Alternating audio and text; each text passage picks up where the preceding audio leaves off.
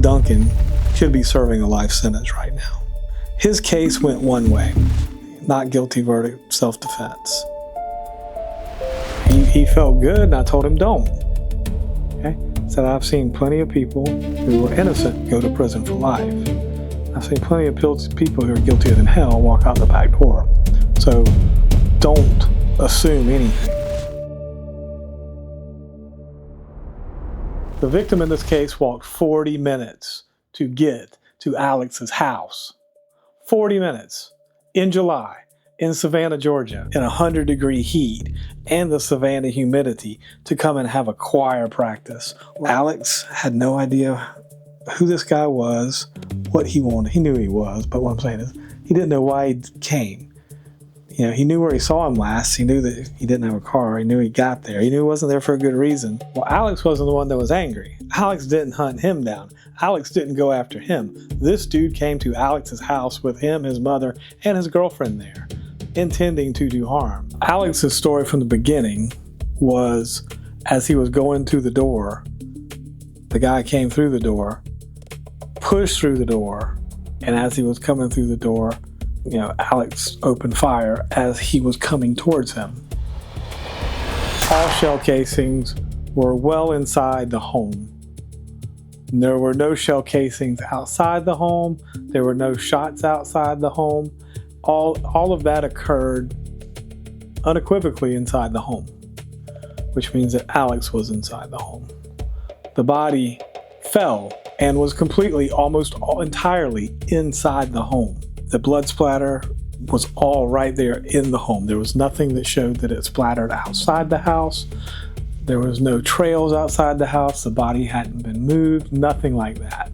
So he literally fell where he was struck down. He's a grown man, but he's a kid, you know, and he does not always make the best decisions. He did not come across that good in his interview. He understands now why I told him, you always shut up. You don't talk to the police. It doesn't matter if you didn't do anything wrong. It doesn't matter if you're innocent. None of those things matter. You shut up.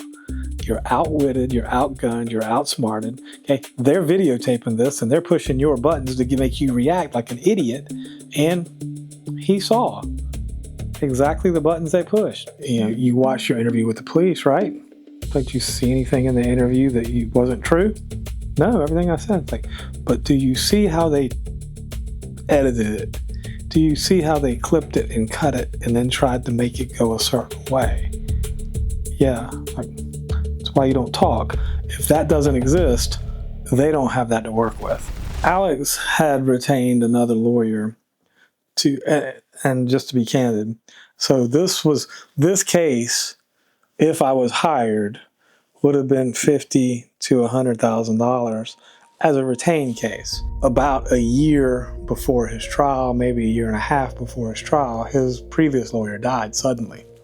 So he was kind of stuck. He probably thought initially he drew the short straw when he got me. He had 900 and something violations of his bond order. I'm not joking, I'm being dead serious. I already knew he wasn't committing new crimes. These were stupid little kid things to do. You know, you knew you weren't supposed to be out 5 minutes late, and you were. One time, and literally he testified to this, he went to the beach because he just needed a beach day, was what he said. Like, you gotta be shitting me, okay?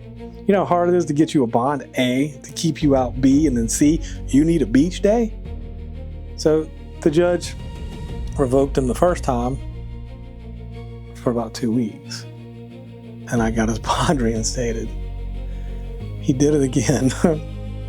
So he ended up spending the last few months prior to trial in jail.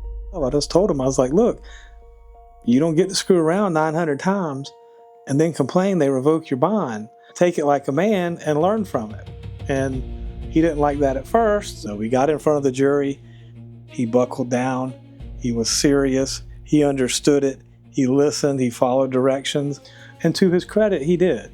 And it worked out for him. Sometimes you can do everything the right way, and it doesn't always work out. So, defense of your person or others has a different standard than defensive habitation. Defensive habitation is simple. You're not a resident of the home. You enter unlawfully. The person believes that they or other people in the home or habitation are in danger, and they use force to repel the entry. That's it. Okay? Don't have to be armed, don't have to be dangerous, don't have to have a gun, don't have to be making threats. You don't have to do anything. It's called the castle doctrine. A man's home is his castle. And the reason for that is even the king can't enter your castle for any reason or unlawfully. So repelling someone invading your home is not the same thing as getting into a bar fight, someone getting the best of you and pulling a gun and shooting them. Those are not the same animals. There was a motion for immunity, and to be quite frank with you, I do not know why it was not granted. Okay, it should have been granted. It literally is black letter law. Unlawful entry. He's not a resident. He's not invited. The people inside believed that he was there to do harm or that their lives were in danger. Black letter law. At closing, all I had to do was, because I knew all the arguments the state was going to make, and I just had to say, it doesn't matter whether you think the use of force was justified or not. This is defensive habitation. It just doesn't matter. It doesn't matter they got in a fight in high school. The guy walked there 40 minutes and then unlawfully entered the home. That just doesn't matter. It meets the law. And that's just what I did in my closing. Every argument the state made, it just doesn't matter. This is what the law is. And I just kept coming back to that point. Everyone thinks, oh, you're just charging of murder. That's not how it works. I plotted, planned, and decided to kill you, and I killed you. That's malice murder. That's the highest form of murder. I shoot you, that's aggravated assault. You die as a result of the felony I committed against you, that's felony murder. So you have malice murder, then felony murder with the predicate felony being aggravated assault. They may not find you guilty of malice murder, but you have to get through all of these other ones because they can find you guilty of felony murder and voluntary manslaughter. I mean, voluntary manslaughter is a lesser included both malice murder and felony murder. So then you can have one body, but literally 6 different counts or 6 different ways of being murder. If you react to the first one, you could end up getting disappointed because you're guilty of the second, third, or fourth version, because that's not the way they make it look on TV. Oh, yeah, it's not guilty, and that's it, and you go home. No, you have a laundry list that you normally have to go through. And as he was reading that off, he felt like a weight lifted off of him. And as it continued to read off not guilty, he was like, he didn't say this till after he got off camera. He was like, I love Martin every not guilty that was read off. And I told him, the last thing I told him was, you have an opportunity, son. You could just as easily be spending the rest of your life in prison behind this. So what I'm going to tell you to do is A, take your freedom more seriously.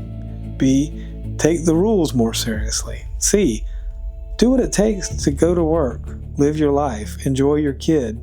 Don't take your family for granted. Don't take your freedom for granted. Be humble. Put your mama through this shit for the last few years. You put your daddy through this shit for the last few years. I'm like, I can promise you, they're the ones that are going to be standing there by you if you went to prison for life. Think about that. I have to look back on my life, and the best lesson I learned was the fights to walk away from. Some of them just aren't worth it. Just walk away. That's it. Walk away or call police. That resolves most of the issues. He's a young kid. He's growing into a young man. I hope he never needs my services again. Has any issues to deal with, he'll listen a little bit more. But yeah, he's a good kid though. I like him a lot. And it's not always like that. I'll put it that way. So